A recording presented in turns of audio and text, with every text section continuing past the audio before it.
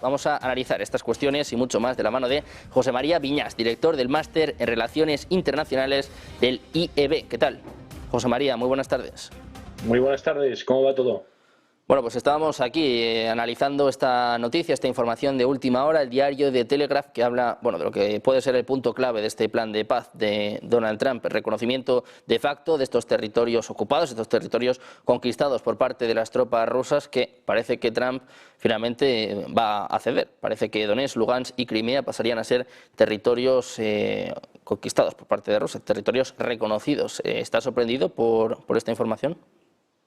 Bueno, ahí habrá que ver si se limita a reconocer la parte que está actualmente ya en manos de Rusia o si también se refiere a los territorios que siguen en manos de Kiev, pero que están encuadrados en lo que son esas provincias, no solo de Donetsk y Lugansk, sino también de Kherson y de Zaporilla.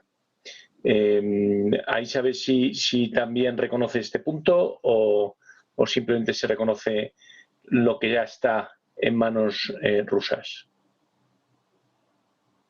A la espera de conocer más detalles, parece que esta propuesta, esta oferta se va a llevar la próxima semana a Moscú. Se espera que viaje Steve Witkoff, se espera que viaje también el yerno de Donald Trump. Te quiero preguntar precisamente por esto, ¿cómo ves este plan de paz de Estados Unidos, estos 28 puntos que luego se quedaban en 19 y que, bueno, parece que están dando un marco de lo que puede ser un acuerdo de paz? Eso sí, ayer el presidente ruso decía un acuerdo futuro, o sea que igual la paz no está tan cerca como pensamos, ¿no?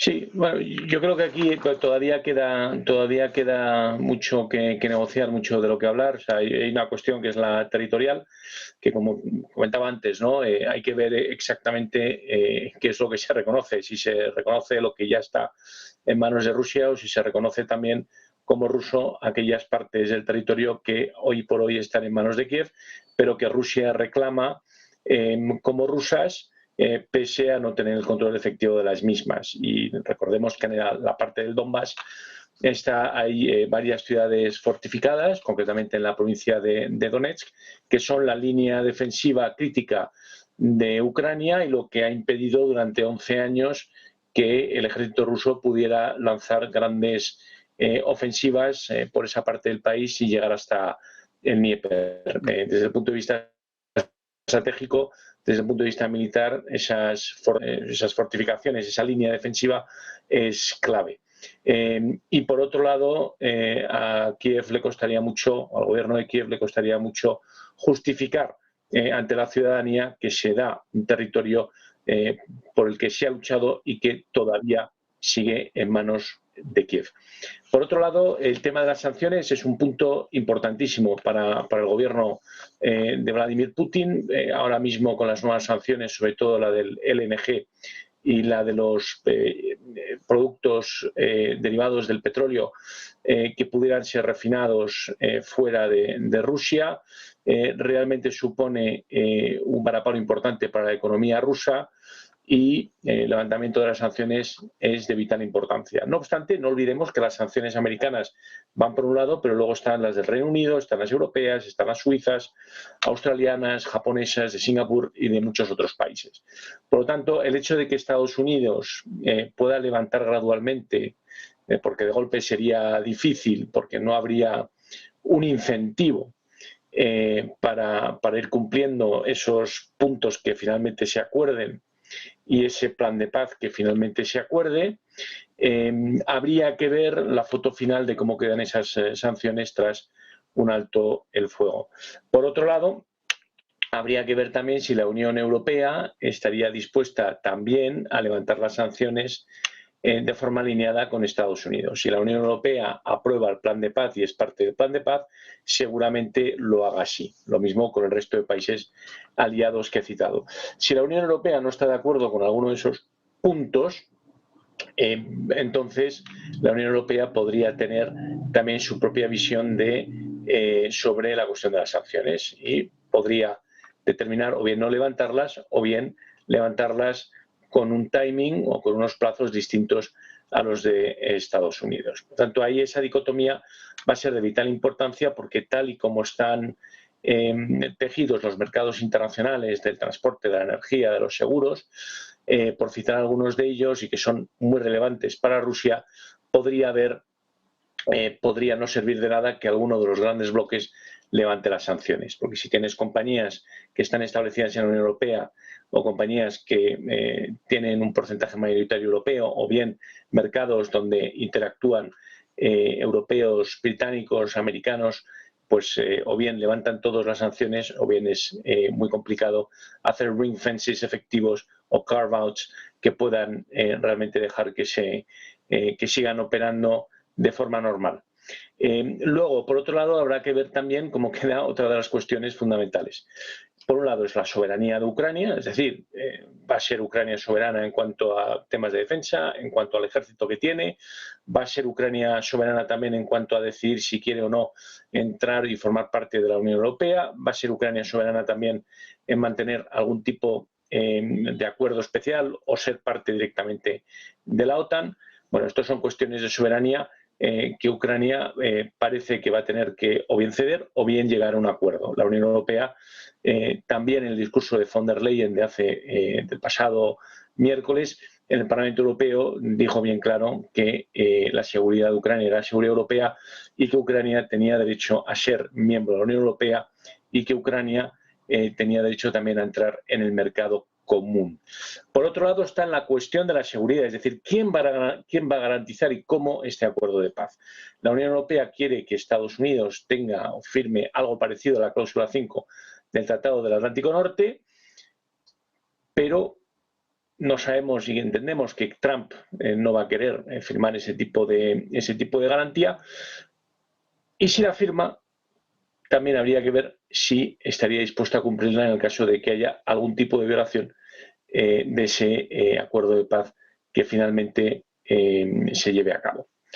Y luego hay otra cuestión también, que es un poco qué es lo que va a pasar con la reconstrucción de Ucrania y quién se va a llevar los réditos de esa reconstrucción.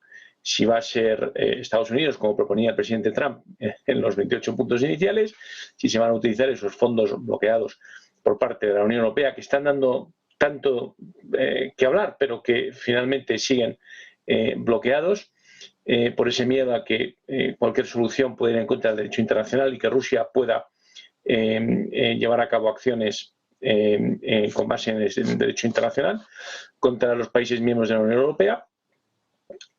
Y si Rusia pues también va a invertir, como en un principio se proponía, sobre todo por parte de la Unión Europea, en esa reconstrucción de Ucrania. Y luego ver pues quién se encarga de esa reconstrucción, qué empresas van allí y quién se lleva los réditos de esa reconstrucción. El presidente Trump apuntaba que el 50% tenía que ser para Estados Unidos. Luego, hay muchísimas cosas todavía encima de la mesa. Lo que sí que se puede llegar es un acuerdo de mínimos lo suficientemente amplio como para que rusos y ucranianos pues paren el fuego, es decir, haya un silencio en el frente, pero todas estas cuestiones se tienen que dilucidar. Parecería que la magnitud de estas cuestiones y las partes involucradas son tan complejas y hay tantos jugadores que firmarlo todo de una vez vaya a ser complicado. Pero lo que sí que se podría es conseguir un alto el fuego con un acuerdo bastante amplio y a partir de ahí ir trabajando. Rusia no quiere este escenario porque lo que quiere Rusia es negociarlo todo al mismo tiempo. Y tiene sentido desde su posición porque quedarse con ese 20% de Ucrania, pero seguir teniendo las sanciones occidentales agravadas, como hemos visto en los últimos meses, sobre todo en el sector de la energía, realmente es un bad deal o es un resultado muy negativo después de lo que ha pasado desde el 2022. Y por otro lado, la Unión Europea tiene que ver también si estaría dispuesta de ir levantando las sanciones, pese a que no ha habido un cambio de paradigma y un poco también podría ser visto desde el punto de vista positivo en pos de ese acuerdo de paz, si puede ser también un reclamo o un aliciente para que Rusia vaya cumpliendo los hitos de esos acuerdos a los que se pueda llegar. No obstante, es un tema que el propio presidente Trump ha dicho que es el conflicto más complicado al que ha hecho frente en su carrera. Todos sabemos pues, que se han intentado muchos acuerdos de paz, pero que casi 4 años después del inicio de la invasión a gran escala, todavía ninguno ha llegado a prosperar. Bueno, pues vamos conociendo más detalles de esta información que está apuntando el diario de Telegraph. Dice que Estados Unidos se prepara para reconocer el control ruso de Crimea y de otras regiones ucranianas. Se refiere sobre todo a Donetsk y a Lugansk. Dice que Steve Witkoff y Jared Kushner van a llevar esta oferta a Moscú y dice que Ucrania no estaría obligada a reconocer estas pérdidas. Esto sería fundamental, entiendo, ¿no, José María? En parte Putin se sale con la suya porque se quedan las regiones que quiere, pero Ucrania no estaría reconocida, no estaría obligada a reconocer oficialmente esta caída, esta pérdida, que es un poco también lo que busca Zelensky, ¿no?, para salvar de alguna forma el pescuezo.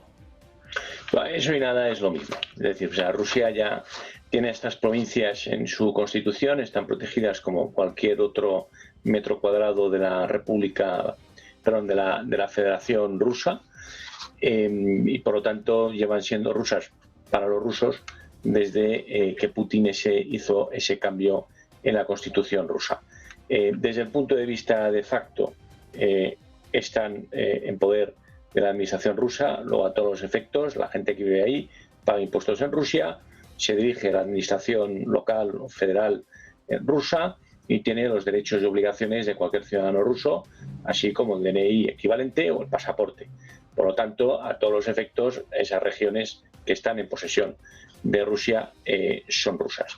Desde el punto de vista del derecho internacional, si Estados Unidos reconoce que Crimea y esas 4 provincias son rusas, pues muy probablemente pues sea un paso también en materia de reconocimiento de que es así. El hecho de que Ucrania la reconozca o no la reconozca, pues es irrelevante, porque si no puede ejercitar ningún control sobre las mismas, pues lo que pueda reivindicar pues se queda en mera palabrería. Y vemos que hay ejemplos de este tipo de situación, no solamente en antiguas repúblicas soviéticas como Georgia, donde hay partes del territorio que están controladas por Rusia desde hace ya muchos años, sino también en otras partes del mundo donde ha habido conflictos y donde uno de los 2 partes contendientes pues se ha hecho con parte del territorio que no es reconocida por la otra parte, pero sí que es reconocida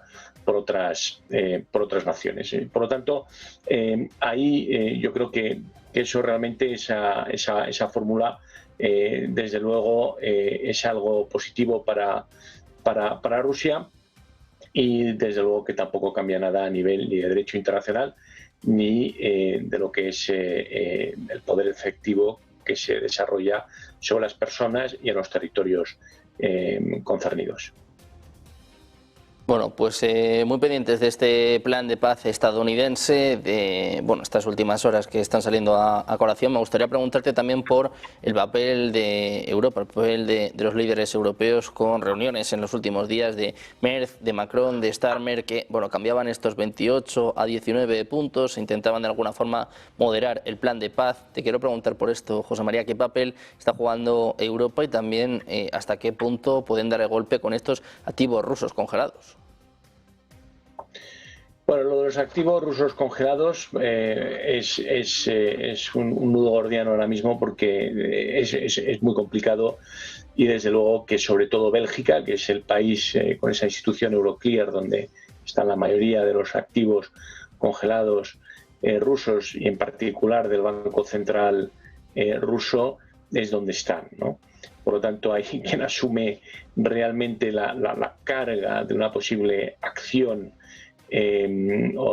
internacional es Bélgica, y el primer ministro de Bélgica ha sido rotundo y claro de que ellos, si no tienen garantías por parte del resto de países de la Unión Europea, no van a llevar a cabo ningún experimento para que sobre esos activos o bien se pignoren o bien sirvan como garantía o bien directamente cambien en su forma, es decir, pasen de ser activos congelados a ser anotaciones en cuenta de un bono, por ejemplo, porque no quieren asumir esa responsabilidad. Por lo tanto, llevamos casi 4 años intentando buscar una solución para que esos activos contribuyan o bien al esfuerzo bélico o bien a la futura reconstrucción de Ucrania, pero sin embargo todavía no ha pasado nada. Por otro lado, esos 28 puntos que quedaron en 19, pues ahí hay cuestiones tan importantes como que la Unión Europea y Estados Unidos, o países miembros de la Unión Europea como Francia, Reino Unido, garanticen con tropas lo que sería esos acuerdos y que se respeten las fronteras que acuerden finalmente las partes, y eso es lo que se llama en jerga de negociación un no-go para los rusos, que no quieren tener a lo que llaman ellos fuerzas de países que no son amigos en territorio ucraniano a escasos minutos en jet de Moscú o de San Petersburgo y de otros lugares clave rusos, ¿no? Y tampoco quieren que se instalen bases de estos países en Ucrania. Sería un varapalo importante para el Kremlin y sobre todo de cara a la opinión pública. Por lo tanto, ese es uno de los puntos fundamentales. ¿Cómo se va a garantizar lo que se llegue a acordar finalmente en ese acuerdo de paz? Por eso creo que todavía le faltan muchos capítulos a esta telenovela. Hace un par de días Rusia y Ucrania volvían a bombardearse con drones. En el frente sigue habiendo combates. El propio presidente Trump llegó a hablar de que en un solo mes se había perdido, en este mes de noviembre, se habían perdido 25.000 o se habían causado 25.000 bajas en el frente. Y entonces yo creo que esto sigue, estamos en mejor situación que el mes pasado, pero que todavía queda mucho que hablar, porque la Unión Europea es a quien ve el gobierno de Kiev como la gran garante de ese acuerdo de paz. Si la Unión Europea no está de acuerdo, Kiev probablemente no transija en algunos de los puntos. No obstante, si no se acaba esta guerra en una mesa de negociación, la otra alternativa es que una de las partes pierda y se derrumbe por agotamiento, y ahí el eslabón más débil parece Ucrania hoy por hoy, o bien sería todavía incluso peor, sería el tercer escenario, que es que escale este conflicto por algún tipo de intervención o de ataque intencionado, no intencionado, de falsa bandera, a alguno de los países limítrofes que sí que están en el Tratado Atlántico Norte o bien son parte de la Unión Europea. Por lo tanto, esas tres opciones realmente son las que hay encima de la mesa, lo que sería el resultado o el outcome de todo este proceso, y si hay que elegir una de las tres, yo preferiría que sea o que fuera la de un acuerdo de paz en una mesa de negociación cuanto antes.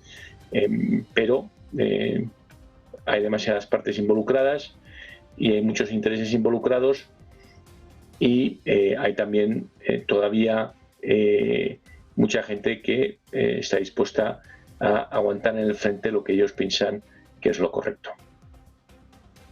Bueno, pues con el foco puesto en Ucrania, José María, me gustaría preguntarte también por la situación en Venezuela, con un Maduro que las últimas informaciones apuntan a que podría exiliarse en Turquía, con un Donald Trump que en las últimas horas no descartaba una invasión terrestre. Quiero preguntarte por esto, ¿cómo ves esta presión sobre Venezuela y sobre su líder, sobre Nicolás Maduro? Nicolás Maduro tiene una presión enorme, porque entre otras cosas se le ha declarado jefe de una organización terrorista que es el Cártel de los Soles. Por lo tanto, es una persona que está en todas las listas, no solamente de Estados Unidos, sino también de sus aliados, ¿no? Entonces, que Nicolás Maduro pueda refugiarse en Turquía, tengo mis serias dudas de que un país de la OTAN como es Turquía acoja a Nicolás Maduro para darle algún tipo de beneficio si Estados Unidos no levanta esas sanciones que pesan sobre él. Por otro lado, si fuera el resultado de una negociación para que Maduro dejara el poder y el régimen, hubiera un cambio de régimen en Venezuela, podría ser Turquía, o podría ser Cuba, o podría ser Nicaragua, o podría ser algún otro de los países regionales afines a lo que es el gobierno actual de Venezuela. Sin embargo, lo que sería un ataque por parte de Estados Unidos parece que, bueno, ya lo estamos viviendo, o sea, no por bombardeos en el territorio venezolano, pero sí sobre embarcaciones que están en aguas territoriales y que están siendo atacadas por la Marina de los Estados Unidos. Hay una concentración de barcos, de efectivos, de recursos en la zona muy importantes que hacen pensar que muy probablemente se lleven a cabo incursiones aéreas y quizá alguna incursión aérea con apoyo terrestre para objetivos muy concretos. Lo que está pasando en Venezuela, es decir, la oposición interna, o que se está animando a determinados grupos en Venezuela a levantarse contra el gobierno, pues bueno, podría ser que esa presión lleve también, o que anime a estos grupos a levantarse, y que eso acabara con un cambio de régimen. O bien que el propio régimen pues decida pactar, y dentro de esos pactos pues que la cúpula encuentre pues algún tipo de acomodo en algún lugar que ellos entiendan seguro. Pero bueno, ahí realmente vamos a ver los próximos días. Todo parece, y Trump lo anunció ya, que va a haber también ataques terrestres dirigidos contra infraestructura de grupos de narcotraficantes y de pasos de lo que llama Trump el veneno que va a Estados Unidos. Así que muy probablemente en pocas horas saldremos de dudas. Pero yo entiendo que no hay una intención de llevar una intervención evidentemente fuerte como la que vimos en Irak en su día, o la que vimos en Afganistán, donde haya realmente una apuesta por llevar a cabo una invasión con un cambio de régimen. Creo que se espera un apoyo, por supuesto, militar, un apoyo aéreo, un apoyo incluso terrestre limitado, pero que sean los grupos de dentro, la oposición interna, quien reclame y que acabe ocupando el poder. Pero, bueno, saldremos de dudas en pocas horas.